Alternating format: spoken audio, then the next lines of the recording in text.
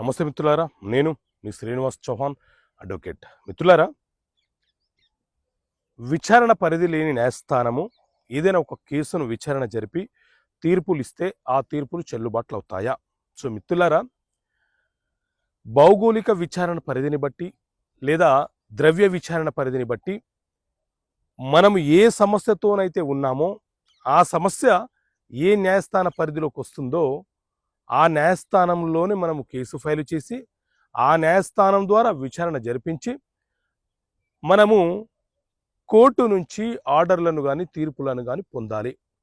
ఉదాహరణకు మన భూమికి సంబంధించిన ఇష్యూ గొడవ ఉందనుకోండి, ఆ భూమి ఏ న్యాయస్థాన పరిధిలోకి వస్తుందో అక్కడ మాత్రమే మనము కేసు ఫైల్ చేసుకొని తీర్పు పొందాలి.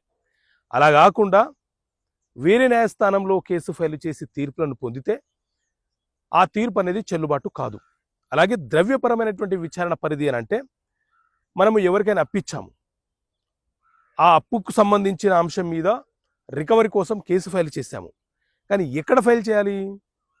ప్రామిసరీ నోటు ప్రకారంగా ఎక్కడైతే రాశారో అక్కడ కానీ, ఎక్కడైతే ఉంటున్నామో అక్కడ కానీ, అలా విచారణ పరిధి ఏ న్యాయస్థాన పరిధిలోకి వస్తుందో అక్కడ మాత్రమే కేసు ఫైల్ చేయాలి.